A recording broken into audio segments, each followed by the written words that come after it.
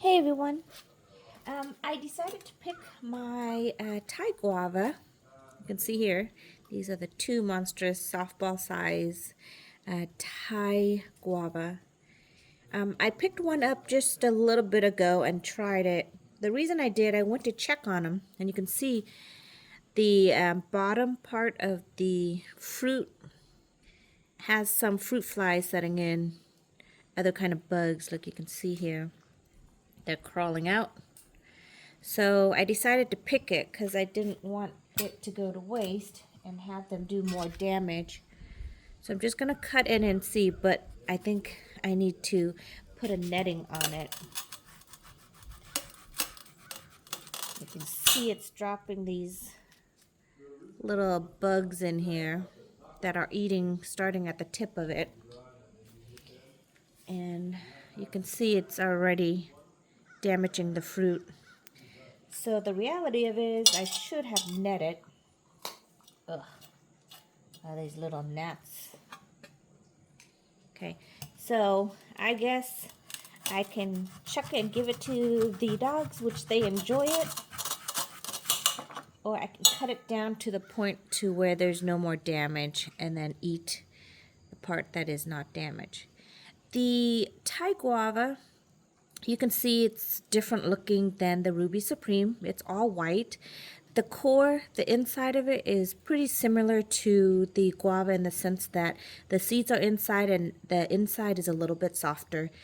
But the guava, the Thai guava has a tendency to be more crunchy apple-like than the Ruby Supreme. The Ruby Supreme, the longer you let it ripen, the softer and creamier it gets. So if you really like soft and creamy texture, I would go with the Ruby Supreme. If you like the crunchier, I would go with the Thai guava. Now this one is really crunchy, so you really have to enjoy that in order to like this. Otherwise, it's like eating an apple. Here's the top part. You can tell it's not completely ripe yet. If it's ripe, this part here, the inside is almost completely ready. I think that's why the little gnats got into them, because they can smell it and they can sense that it's ready to be eaten. So then they start to burrow in.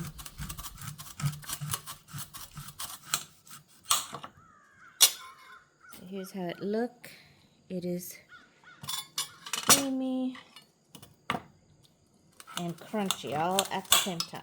And the seed is just like the other. The seed is just about the same texture-wise. Tastes really good. Has the same smell, but again, it's not fully ripe, so it doesn't smell as intoxicating as the Ruby Supreme when it gets to be fully ripened.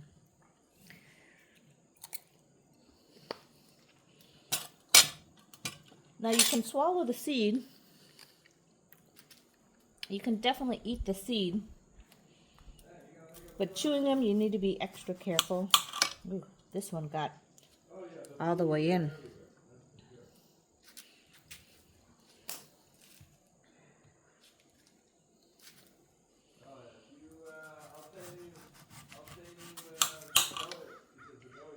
It looks like this one, they completely got all the way in.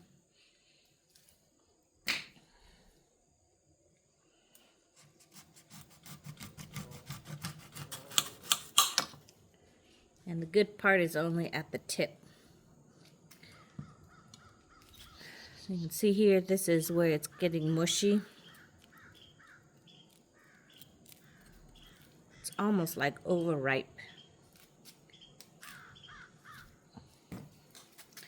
So I ended up getting half and half of a fruit, which kind of makes a whole fruit. And I've lost some. So I'm going to save those to eat. Still good, still tastes really good, but my husband definitely doesn't like this one. He just doesn't like the crunchy guava. He's just used to the one that's more creamy in nature and texture. And it does taste a little bit sweeter than the Thai guava. The Thai guava, it kind of reminds me of the texture of a Granny Smith apple. It has a little bit of tartness. The skin outside is a little bit more tart than that of the Ruby Supreme.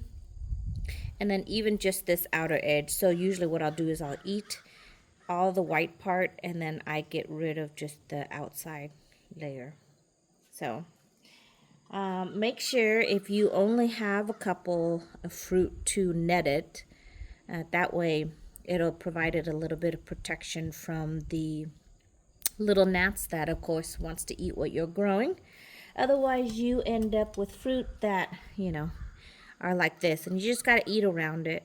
I did not spray it with any kind of insecticide. You can see here there's this little bug. I did not spray it with any kind of insecticides or anything. It just naturally grows. So that's part of why I have the insects that I do.